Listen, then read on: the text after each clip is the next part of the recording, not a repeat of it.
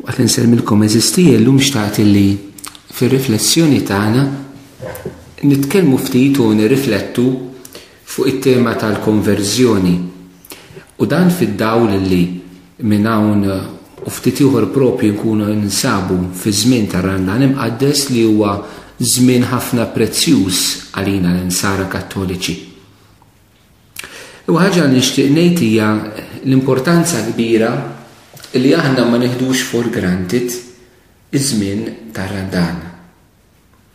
Għaliex faċilment li l-ħajja nisranija tagħna matul is-sena liturġika issir ċiklu, jiġifieri nibdew minn Kristu Re, nibdew l-Avvent, iż-żmien tal-Miliet, il-Magħmudija tal-Mulej, imbagħad nibdew iż-żmien matul is-sena, nibdew ir-Randan, iż-żmien tal-Ġimgħa Mqazza, iż-żmien tal-Għid, iż-żmien ta' Pentekoste, nerġgħu nagħmlu żmien matul is-sena, f'Malta jkollna l-festi parrokjali, għaddiet sena u nerġgħu nibdew u sena wara oħra faċilment nibqgħu l-istess. Jiġi Randan u jsibek l-istess, jgħaddi tibqa' l-istess u jiġi Randan ieħor u tibqa' l-istess.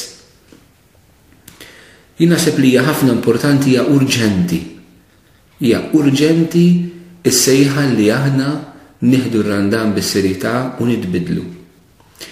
Ngħid dan eżistijej mhux kwistjoni ta' xi ħaġa tagħna għalina personali biss, imma ngħid dan anke fil-mument ta' bidliet illi pajjiżna Malta u Għawdex qegħdin jgħaddu minnhom fuq diversi livelli soċjali, politiċi, ekonomiċi, reliġjużi wkoll għaliex il-fidi nisranija Kattolika m'għadix l-unika twemmin illi aħna għandna fil-gżira tagħna. Quddiem tant bidliet eżistijej li mhux dejjem ikunu bidliet li jaqblu mal-Vanġelu u mat-tagħlim tal-Knisja. Faċilment li aħna nitħawdu ma nafux se naqbdu nagħmlu, ma nafux se jiġri minna, ma nafux fejn aħna sejrin. Anke kif aħna nġibu ruħna, jista' nġibu ruħna b'mod li nagħmlu fejn fin, kruċjati, b'mod li noħduha kontra persuni. Meta fir-realtà, skużawni, il-kelma talla quddiem dawn ċirkustanzi, l-istedina tagħha hija l-bidla tal-bniedem. Li meta naraw b'xi mod il-bniedem li qiegħed jitbiegħed minn Kristu, mit-tagħlim veru tiegħu kif imxandar fil-Knisja, is-sejħa tal-bniedem hija biex idur lura, jerġa' lura lejn il-Mulej Ġesu. U allura dan iż-żmien tar-Randan eżistijej, nixtieq nipproponi li jkun ta' konverżjoni fil-Knisja. Konverżjoni għalina l-insara stess. Faċilment li rridu mhux nisrani jsir nisrani, però bżonn li aħna nsara nikkonvertu l-Knisja għandha bżonn konverżjoni interna. U meta qed ngħid il-Knisja eżistijej mhux qed nifhem ġifieri l-istituzzjoni tal-Knisja, qed nifhem aħna l-poplu ta' Alla, iva maqogħdin mar-rajja tagħna u anke r-rajja għandhom bżonn jitbidlu jikkonvertu. Ġifieri s-saċerdoti maqogħdin mal-isfijiet tagħhom. Il-koll saċerdoti reliġjużi isfijiet għandna bżonn nikkonvertu mal-bqija tal-lajċi mal-poplu tagħna. Il-messaġġ tal-konverżjoni qiegħed hemm għall-Knisja kollha. Il-Knisja kollha trid titbiddel. Il-Knisja kollha trid tikkonverti. U żmien ta' Randan eżistijej huwa żmien li l-Knisja toffrilna għal dan il-għana. Illi sseħħ il-konverżjoni fil-ħajja tagħna. Meta ngħidu konverżjoni x'nifhmu biha? Għax faċilment issib min jgħidlek imma fader jiena mmur il-qudies nhar ta' ħadd u forsi mmur il-qudies kuljum nitlob ir-rużarju ma naqlibx il-mara, nipprova nżomm il-familja maquda, naħdem ħalli naqra xi ħaġa l-familja. Jiġifieri jiena fader irrid nikkonverti wkoll iva. Il-konverżjoni eżistijej hija għalina l-koll. U l-konverżjoni mhijiex sempliċiment li ngħixu minn ħajja ħażina għalli ngħixu għal ħajja tajba. Dik hija wkoll konverżjoni u hija konverżjoni importanti ħafna. Però għal min diġà miexi fil-Knisja għandna bżonn nagħmlu l-qabża il-konverżjoni minn ħajja tajba għal ħajja qaddisa. Irridu nikkonvertu għal qudusija li hija Alla nnifsu. U l-konverżjoni ħanejtek tat-tajbin hija l-iktar konverżjoni jibsa. Għax ikun tant iktar faċli persuna li hija prostituta tinduna li hija medimba kif ġara anke fil-Vanġelu fi żmien Kristu, mill-nies li huma fil-Knisja li jaħsbu li huma tajbin, li jaħsbu li huma l-elit, jaħsbu li huma untouchables fil-Knisja biex dawn jikkonvertu. Kemm faċilment eżistijej fil-Knisja stess ikollna anke ħafna supervja fuq diversi livelli. Supervja li nistgħu naħbuha taħt affarijiet tajbin, taħt affarijiet qaddisa, taħt ministeru pereżempju, taħt qadi, taħt xi servizz partikolari.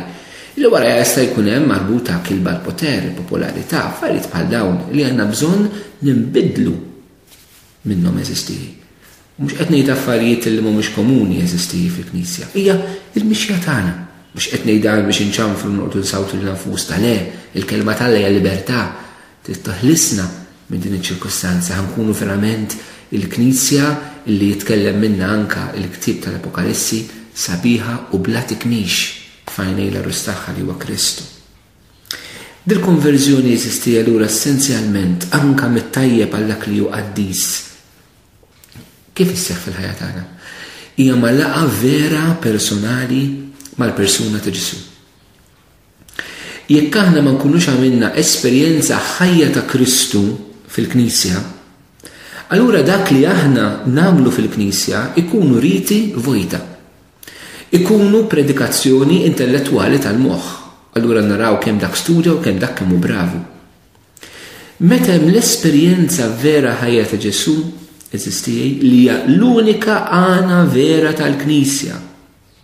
Il-Knisja bħal Madonna, il-Madonna li d-dinja ma kellha xejn tagħtiha li fil-Kristu. U l-Knisja m'għandha xejn tagħti lid-dinja li fil-Kristu, però Kristu ma jkunx verament qed jimla il-qalb tal-membri tal-Knisja. Allura anke l-Knisja tispiċċa tagħti lilha nfisha f'tant affarijiet li tista' tagħmel. Il-laqgħa vera ma' Ġesu eżistijej twassalna li aħna nbidlu fuq livelli differenti fil-ħajja tagħna. Twassalna li nbidlu pereżempju fuq l-imġiba tagħna.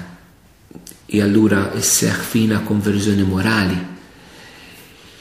Li inti ma tibqax taġixxi skont ma tħoss. Li inti ma tibqax iġġib ruħek skont ma jaqbillek. Li inti ma tibqax iġġib ruħek għaliex ħadd ieħor jipprovokak u m'għandekx kontroll fuq innifsek, imma li inti ġġib ruħek missjuq kif jgħid Pawlu mill-imħabba ta' Kristu. L-imħabba ta' Kristu ssuqna.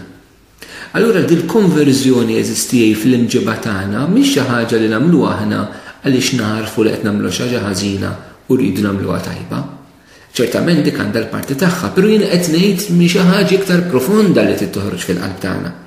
L-esperjenza ta' Ġesu li jimbuttana u minn ġewwa d-imħabba tiegħu li tibda taħdem fina. Dik li San Pawl fl-Ittra Rumani kapitlu 5 vers 5 jgħidilha li mħabba talla ġiet imsawba fi qlubna li hu l-Ispirtu Santu.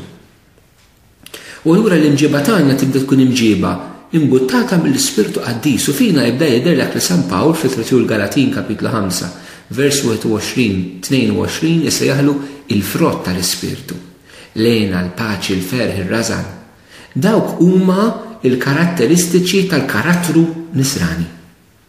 Jekk l-imġiba tagħna eżistijej mhix toħroġ minn il-ħidma tal-Ispirtu, allura rridu naħdmu.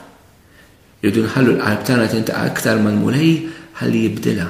Ħalli aħna nkunu persuni li verament nġibu l-paċi. U tidda l-eżempju tal-paċi. Ġesu fil-Beatitudni jgħidilna ħajnin dak li jġibu l-paċi x'huma sejħu li talla. U l-paċi għafrot tal-Ispirtu Santu, jiġifieri tan-nies li qed jilqgħu il-mulej bħala s-sit u s-salvatur tal-ħajja tagħhom u din jirċievu l-Ispirtu tiegħu. Però aħna l-insara verament f'pajjiżna strument ta' paċi. Ejjew nidħlu fil-familji tagħna. Mhux il-familji tal-min ma jemmenx tal-pagani, il-familji dawk li huma nsara kattoliċi. Verament int nisrani kattoliku qed iġġib il-paċi fil-familja tiegħek, jew inti nisrani kattoliku u ma titkellimx maħutek fuq il-wirt. Jew int nisrani kattoliku imma fil-parroċċa ma tafx taħdem mal-grupp ieħor, mal-aqda l-oħra reliġjuża. Kulħadd jiġbed lejh. Jew int nisrani kattoliku imma ma ġibx il-paċi fl-aqda fil-parroċċa. Tawi kontra l-kappillan, anke jekk naqsek, imma ma ġibx il-paċi, inti tkompli tġib il-firda. Fil-Knisja qed inġibu l-paċi. Aħna li fil-Knisja kuljum fl-Ewkaristija nitolbu t-talba l-paċi qabel ma nitqarbnu wara t-talba tal-Missierna. Hija dawn eżistiji li rridu verament naħdmu fuqhom ħalli jkollna konverżjoni interna minn ġewwa fil-Knisja. Allura kun qed ngħidu l-konverżjoni tagħna tkun fuq l-imġiba tagħna u hemm ħafna affarijiet oħrajn li rridu nistgħu nirriflettu fuqhom. Pereżempju semmejna li wieħed mill-frott tal-Ispiritu Sant huwa rażan. L-imġiba sesswali tagħna bħala ansara Kattoliċi illum il-ġurnata aħna li aħna nies fil-Knisja kif qiegħda tkun? Kif qiegħda tkun? L-adulterju, l-abbużi fuq it-tfal, il-pornografija, relazzjoni sessuali qabel iż-żwieġ u barra miż-żwieġ.